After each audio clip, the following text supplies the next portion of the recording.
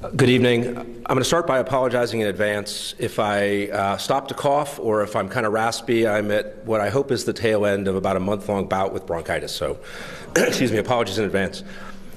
I'm a very proud and grateful New Trier graduate, and I'm very pleased to be here with all of you this evening.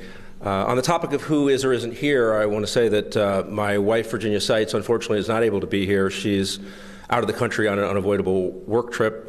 And my son Roy is a naval officer, and his duties made it impossible for him to attend. But I'm very happy that my daughter Miranda is here with me and representing the family. I'm also very happy that my New Trier classmate and good friend Jeff Handelman and his wife are here with me. More about Jeff a little bit later.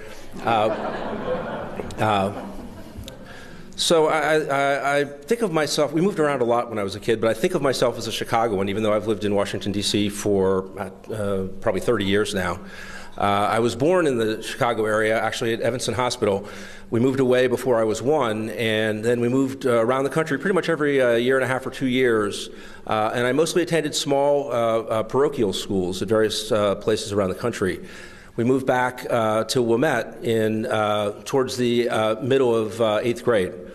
And we lived in Wilmette for about the next 6 years, which is the longest place I lived anywhere until I ended up settling in Washington. I mean, I love Chicago. I love everything about it. I come back whenever I can. And I think of myself as kind of an expatriate Chicagoan. And one of the things that I most love about Chicago is my experience at New Trier. When I got to New Trier, I mean, it was an eye-opening experience or a mind-opening experience. It was like no school I had ever been at. The classes were huge, and the resources and options and educational opportunities were just orders of magnitude different from anything I was used to. And my older sister was very interested in art and in architecture, and she was taking, I mean, probably not the same teachers, but I mean, great instruction and batik and macrame and architectural drawing. My younger brother was all about football and wrestling, and of course the school's athletic programs were always among the best in the state. I myself chose to focus on the truly glamorous activities of high school, as you heard, debate team and math club. And there too, the support was amazing. We had the debate coaches were Mr. McLean and Mr. Ladinsky, and pretty much every weekend they would, sacrifice their weekends and pile us all into a van and drive us off to some part of the state or another to debate. And on the math side, there also was just a great math curriculum and great instructors and a really wonderful math club. It's driving me nuts that I can't remember the name of the guy who was running the math club. But and for the ultra dweeby among us, they sent some of us off to Northwestern to take math classes at night. So the school was just great about making sure they had support for anything that you wanted to learn. They would help you learn. And although those were my areas of particular interest, there were just incredible support in many areas. I know at the time the two main AP English teachers were Mr. Fry and Mr. Boyle. So the joke was you would either get fried or boiled. And my sister got fried and I got boiled. But they were, they demanded a lot. You did a lot of writing. They gave you detailed feedback about your writing. And there and also in the history curriculum, there was an emphasis on writing and feedback about writing that was incredibly valuable to me, I thought. And speaking of history, Jeff Handelman and I were in the same AP history class. We had Dr. Johnson, who was he loved history.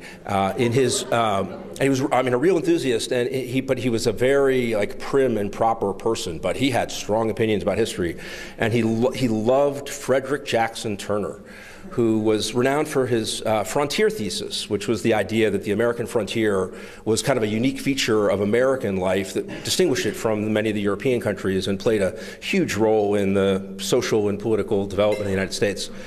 And we had to write a big paper on Frederick Jackson Turner, and I don't remember whose idea this was, but Jeff and I decided we were going to write and anonymously submit a joke paper about Frederick Jackson Turner's thesis that was intended to try to drive Dr. Johnson insane, because he had many things he felt very strongly about. He hated sentences that started with the word however. He hated sentences that ended with prepositions. There were all sorts of things he did not like. And he loved Frederick Jackson Turner. So he wrote this paper that, started with however and ended with prepositions and disparaged Frederick Jackson Turner. I remember we characterized his thesis as that the frontier thesis was that the American frontier tended over time to move geographically west, further and further, and never went back east. And somehow he inferred, I don't know, from like the way our typewriters worked, he inferred who had done it. And I still have this paper because he started grading it, and it's just covered with these emphatic red things. No, wrong, this is false. And that's, nerds having fun, I guess. But it really just was remarkable across the entire spectrum, both of the interests that I had and the interests my siblings had, the level of how challenging it was, how much feedback and the commitment of the teachers and the resources available, they were just remarkable. And in my subsequent life at college and at law school and in my professional career, I've had the opportunity to get to know a lot of people who went to a lot of the most renowned high schools, other fabulous high schools around the country. And I will say this, which is I have never met anybody who I thought was better prepared by their secondary school education than I was by mine. Prepared to learn.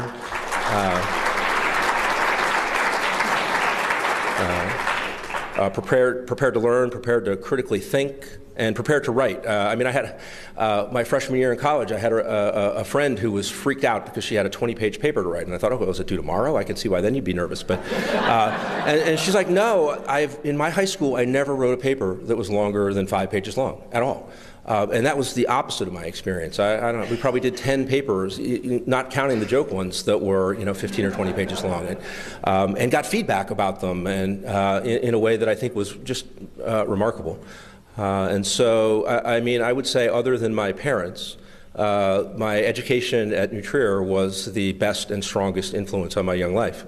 And so I'm immensely grateful to New Trier, and tens of thousands of graduates before me, and I don't know if it's been tens of thousands yet, probably has after me. It's an incredible opportunity that the school provides to students, so